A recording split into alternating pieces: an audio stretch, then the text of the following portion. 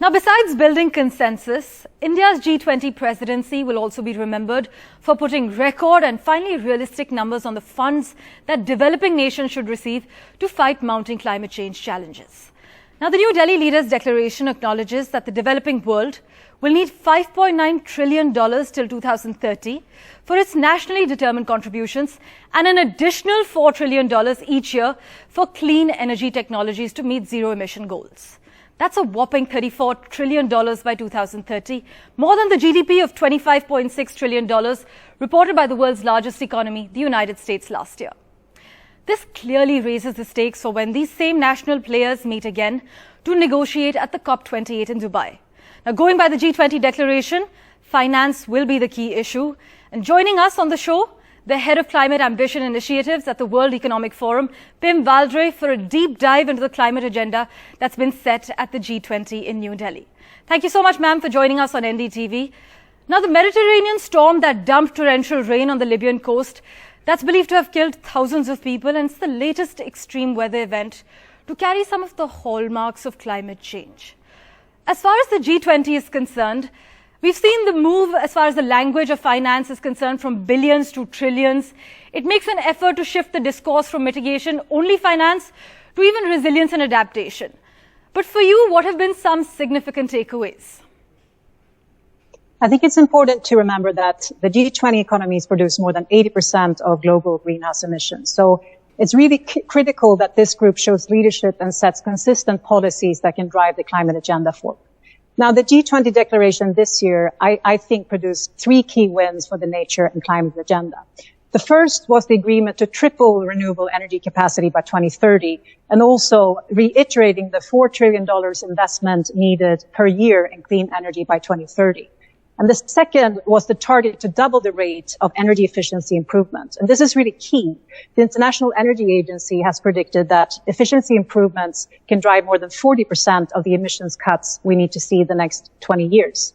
But the third outcome, and perhaps the more important one, was that for the first time in G20 history, the declaration put a number on the need for climate finance for developing countries, making clear that, as you said, between $5.8 and $5.9 trillion will be needed for developing countries to reach their net zero targets.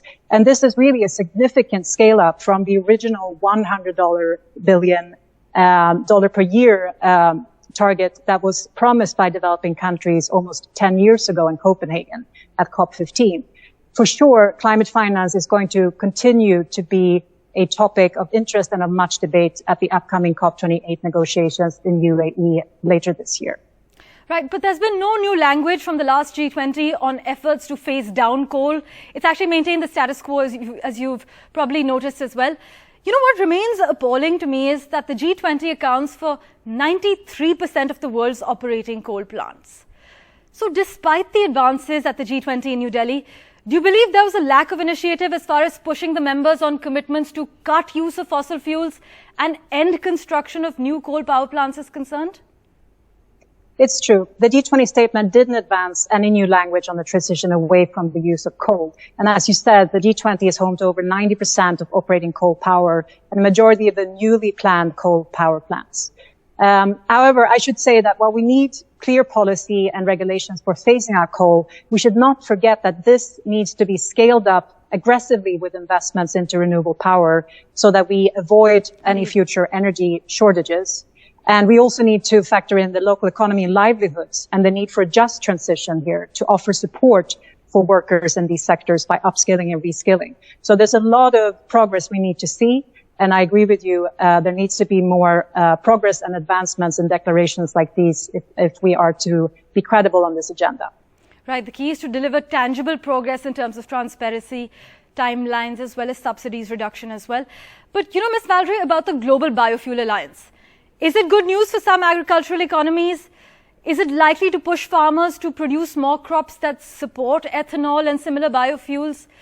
In a sense, then, diverting farmland away from pure food production and affecting food security?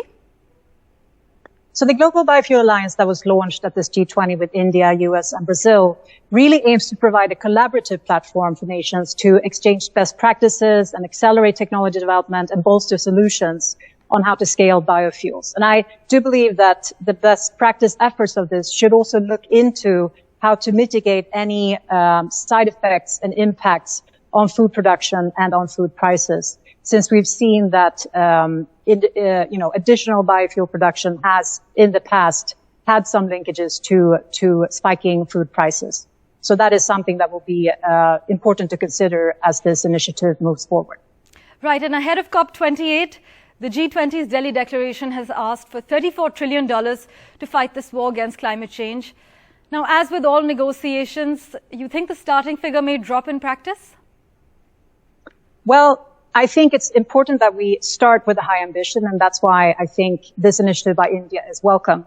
For sure, the climate finance will be one of the top priorities and top issues for the upcoming COP28 negotiations. We, of course, also have on the agenda the loss and damage fund. This is absolutely critical. You mentioned Libya at the outset of your intervention. We see more and more the impact of climate. It's happening here and now, and we need to advance the modalities and the details of this loss and damage fund.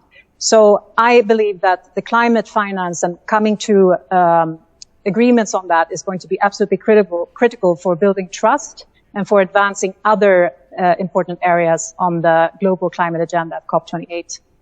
Well, thank you so much, Pim Valdre, for joining us on NDTV. It's been a pleasure to get your insight. So as we've noticed, for the past 15 years, G20 leaders have consistently reiterated their commitment to reforming fossil fuel subsidies, but failed to deliver so far. Here's hoping that there are better days that lie ahead of us. Thank you so much for joining us. Thank you.